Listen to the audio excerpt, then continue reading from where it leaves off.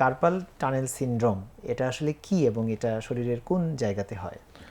এই carpal tunnel syndrome, এই রোগটা নামটা শুনতে একটু কঠিন বা আনকমন মনে হলেও আমি যখন লক্ষণগুলো বলবো আমার মনে হয় অনেকেই এই রোগটায় কোনো সময় ভুগেছিলেন অথবা এই রোগটায় ভুগছেন এই জাতীয় মনে হবে।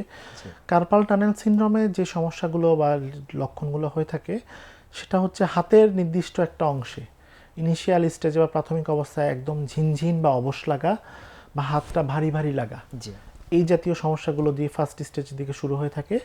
কারণ কার্পাল টানেল সিনড্রোমে যে সমস্যাটা হয় আমাদের হাতে বা কবজির এখানে এক ধরনের নার্ভ বা রগে একটু প্রদাহ বা চাপ খেয়ে থাকে আর কি। জি সেটার জন্য আমাদের ওই নার্ভ বা রগটি যেই জায়গাটায় শরীরের কাজ করে বা যে অংশটায় সাপ্লাই দেয় সেই অংশটায় ঝিনঝিন লাগা, অবশ লাগা, কারো কারো ভারী হয়ে থাকা, এই জাতীয় লক্ষণ দিয়ে ইনিশিয়াল স্টেজে শুরু হয়।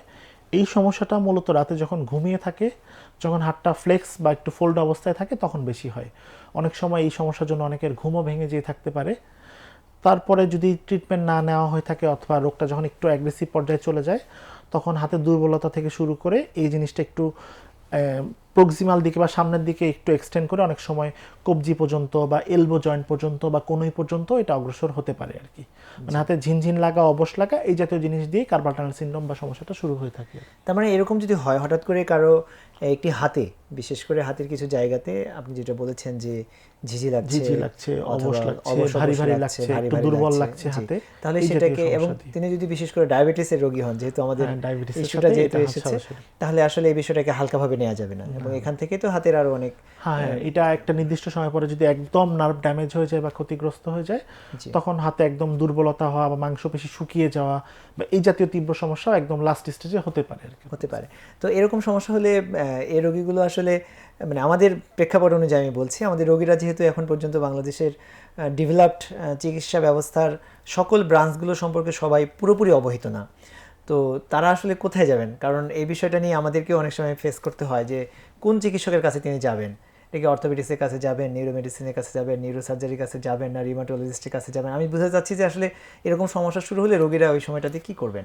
আসলে যেহেতু এই সমস্যাগুলো ডায়াবেটিসের জটিলতা স্বরূপ হচ্ছে ওই জন্য এই ব্যাপারে মনে হয় একটু কম্বাইন্ড অ্যাপ্রোচ থাকাটা ভালো জি অপশন। জি কম্বাইন্ড অ্যাপ্রোচের মধ্যে যেহেতু ডায়াবেটিসের কমপ্লিকেশন বা ডায়াবেটিসের গুড কন্ট্রোলটা ফার্স্ট এবং বেস্ট অপশন, জি ওই জন্য ডায়াবেটিসের একজন গুড কন্ট্রোলের জন্য মেডিসিন বা ডায়াবেটিস রোগ বিশেষজ্ঞের কাছে অবশ্যই যাওয়া লাগবে। জি সাথে এই রোগের ট্রিটমেন্টের জন্য আমাদের ওষুধের অপশনের জন্য রিউমাটোলজিস্ট, কিছু ব্যায়ামের অপশনের জন্য একজন ফিজিক্যাল মেডিসিন স্পেশালিস্ট, জি এই জাতীয় একটা গ্রুপ অ্যাপ্রোচের মাধ্যমে যদি রোগটা ট্রিটমেন্ট করা হয় তখন রোগীরা আধুনিক চিকিৎসা এবং সর্বোত্তম চিকিৎসা পেতে পারেন। জি এটার ডায়াগনোসিস বা রোগটাকে নিশ্চিত করার কি কোনো পরীক্ষা নিরীক্ষার দরকার আছে, নাকি চিকিৎসক রোগী দেখে এটা এই বুঝে নেন? জাতীয় রোগগুলো আসলে আমরা মূলত হিস্ট্রি এবং ফিজিক্যাল এক্সামিনেশনের মাধ্যমে জি মূলত নির্ণয় করে থাকি।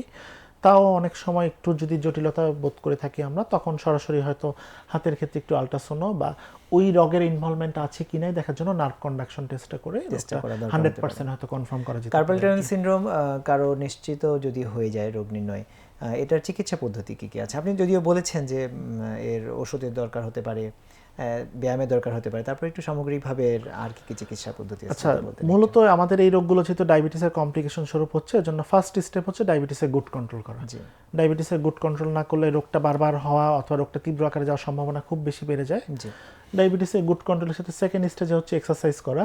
কারণ একটু আগেই বলেছি হাত ভাঁজ অবস্থায় বা ফোল্ডিং অবস্থায় বা কবজিতে যখন ভাঁজ অবস্থায় রোগটা বেশি হয়ে থাকে, ওই জন্য হাতের এক্সটেনশন এক্সারসাইজটা করাটা খুব গুরুত্বপূর্ণ। জি তারপর এই রোগের তীব্রতা বা সমস্যাটা যেহেতু রাতের বেলা বেশি হয়, রাতের বেলা এক ধরনের স্প্লিন বা কার্পাল টানেল সিনড্রোম স্প্লিনটা আমরা বলে থাকি, সেটা যদি অনেক সময় পড়ে থাকে তখন রাতের বেলা হাতটা ভাঁজ বা ফোল্ড হওয়া বা রগে চাপ খাওয়ার সম্ভাবনাটা কিছুটা কমে যায়। ওই জন্য রাতের বেলা আমরা কার্পাল টানেল সিনড্রোমের ক্ষেত্রে স্প্লিন বা হাত মোজা ব্যবহার করতে পারেন ওনারা। তারপরে স্টেপে হচ্ছে কিছু এক্সারসাইজ করা, হাতের হচ্ছে এক্সটেনশন এক্সারসাইজ যেটা বললাম।